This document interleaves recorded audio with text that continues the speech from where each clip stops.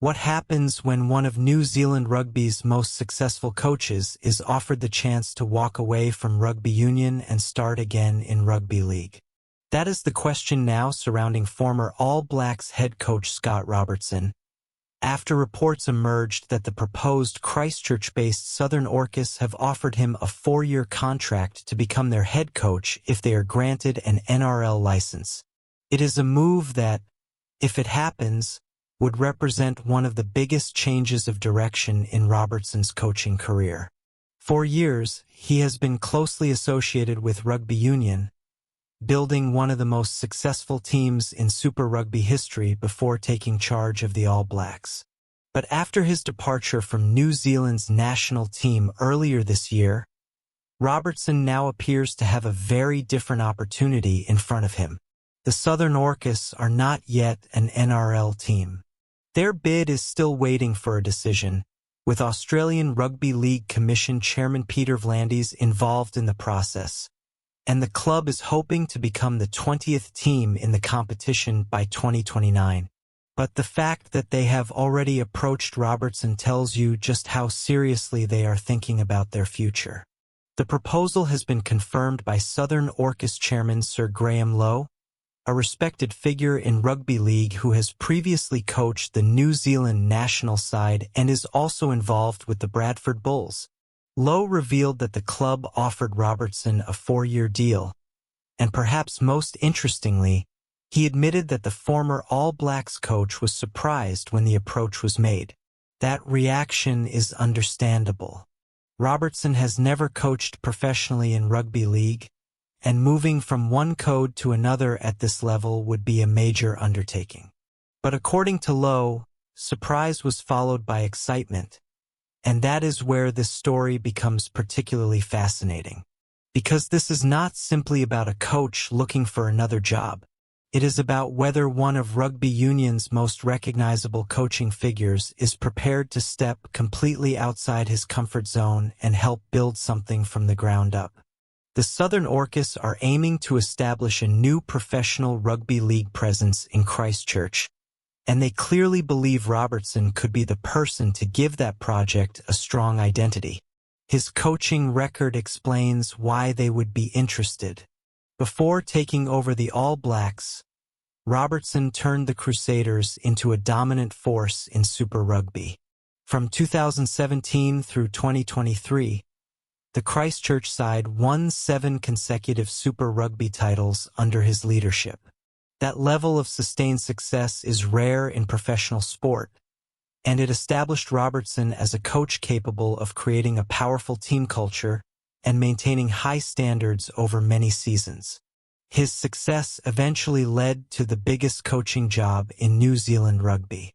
After the 2023 Rugby World Cup final, Robertson was appointed All Blacks head coach, taking over one of the most demanding positions in international sport.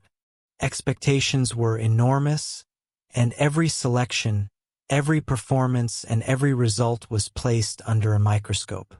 Despite the pressure, Robertson produced a strong overall record, winning 20 of his 27 tests during 2024 and 2025. But coaching the All Blacks is not judged by statistics alone. The expectations surrounding New Zealand's national team are enormous, and earlier this year New Zealand Rugby decided to make a change, ending Robertson's time in the role and appointing Dave Rennie as his successor. That decision left one of the country's most prominent coaches suddenly facing a question that many would not have expected so soon. What comes next? Now, the Southern Orcas may have provided an answer that nobody saw coming.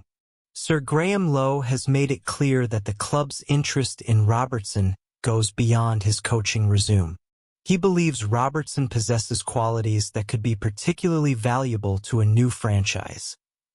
Leadership, confidence, communication, and the ability to get the best out of the people around him.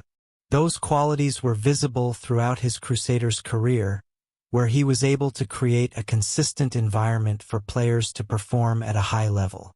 And for a club that does not even exist in the NRL yet, that kind of leadership could be extremely important.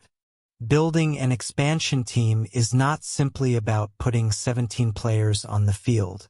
It is about creating a culture, connecting with supporters, developing a playing identity, and establishing a professional structure capable of competing against clubs that already have years of experience at the highest level. That is where the Southern Orcas appear to see Robertson as a potential difference-maker. The biggest question, though, is obvious. Can a coach who has spent his entire professional career in rugby union successfully make the jump to rugby league?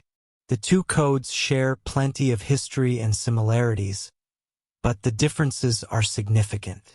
The tactics, structures, tempo, and technical demands are not the same, and NRL coaching would require Robertson to learn and adapt quickly. There would be no guarantee of an easy transition. But Lowe does not appear particularly concerned about the fact that Robertson has never coached rugby league professionally. He believes the former All Blacks coach understands the sport, has studied rugby league, and has the leadership ability required to make the transition. That does not mean the challenge would be simple. It means the Southern Orcas believe the potential benefits outweigh the risks. And perhaps the most interesting part of this entire story is the Christchurch connection. Robertson built his reputation with the Crusaders, a team deeply connected to the city, and his most successful years as a coach came in that environment. A potential move to the Southern Orcas would therefore not be a completely unfamiliar geographical setting.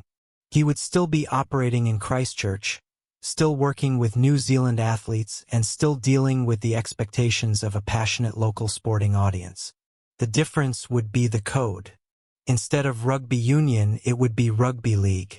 Instead of taking over an established team, he could potentially help build a new one. And instead of trying to restore the All Blacks to the top of international rugby, he would be helping create the identity of a franchise that is still waiting for permission to enter the competition. That could make the opportunity both risky and exciting. For Robertson, it could also represent a chance to reset. His departure from the All Blacks was a difficult moment in his career, particularly after achieving such a strong record in his first 2 seasons. But Lowe has suggested that the past should not define what comes next. From the Southern Orcas perspective, what matters is what Robertson can offer them now. They are not hiring him to repeat his Crusaders' success. They would be asking him to use the experience gained during that period to build something completely new. That distinction could be important. A coach who has already reached the top of one sport may now have the opportunity to prove that his leadership skills can survive outside the environment where he first made his name. And if Robertson were to accept, the story would immediately become bigger than one coaching appointment. It would become a fascinating experiment in sporting adaptability. Could the methods that helped produce 7 straight Super Rugby championships be adjusted for the NRL? Could Robertson's approach to culture and leadership work with a rugby league squad? Could his knowledge of New Zealand's sporting landscape help the Southern Orcas establish themselves in Christchurch? Those questions would not be answered immediately, but they would make the appointment one of the most intriguing coaching stories in the region. There is also another factor to consider. The Southern Orcas are competing for a place in an NRL landscape that is already expanding. The Perth Bears are scheduled to enter the competition in 2027, while the Papua New Guinea Chiefs are expected to join in 2028. The Orcas are targeting 2029, meaning their potential arrival would come during a period of major change for the competition. If their bid succeeds, they would become the second New Zealand-based NRL club after the New Zealand Warriors. That would give the project significant national interest and create a new opportunity for rugby league in Christchurch. But none of this is guaranteed yet. The Southern Orcas still need approval for their license, and Robertson still needs to decide whether he actually wants to take on the challenge. Those two developments are closely connected, but they are not the same thing. Until the license decision is made and Robertson makes his own decision, the proposed move remains just that, a proposal. And perhaps that uncertainty is what makes the story so compelling. A coach who only recently stood on the sideline as All Blacks head coach could potentially find himself preparing for a completely different kind of challenge. Scott Robertson has already proven that he can build a winning team in rugby union. He has already experienced the pressure of coaching New Zealand at international level. Now, he has reportedly been presented with an opportunity to start again, this time in a code he has never professionally coached. It would be a bold decision, but it could also be an opportunity to write a completely new chapter. For Sir Graham Lowe and the Southern Orcas, the attraction is obvious. They want an experienced leader who can help turn an ambitious expansion bid into a serious professional organization. For Robertson, the calculation may be very different. Does he remain focused on rugby union and wait for another opportunity? Or does he embrace the uncertainty and attempt something few high-profile coaches have ever done? The answer could shape the next stage of his career. Right now, the Southern Orcas are waiting on their NRL future, while Scott Robertson is reportedly considering an offer that could take him into an entirely new world. Nothing has been confirmed beyond the reported proposal, but the possibility alone is enough to make this one of the most intriguing coaching stories to emerge from New Zealand. Because if the Orcas receive their license, and if Robertson decides to accept their 4-year offer, the man who once dominated Super Rugby with the Crusaders could soon be trying to build a brand new force in the NRL. And after everything that has happened in his coaching career so far, that might be the most unexpected chapter of all.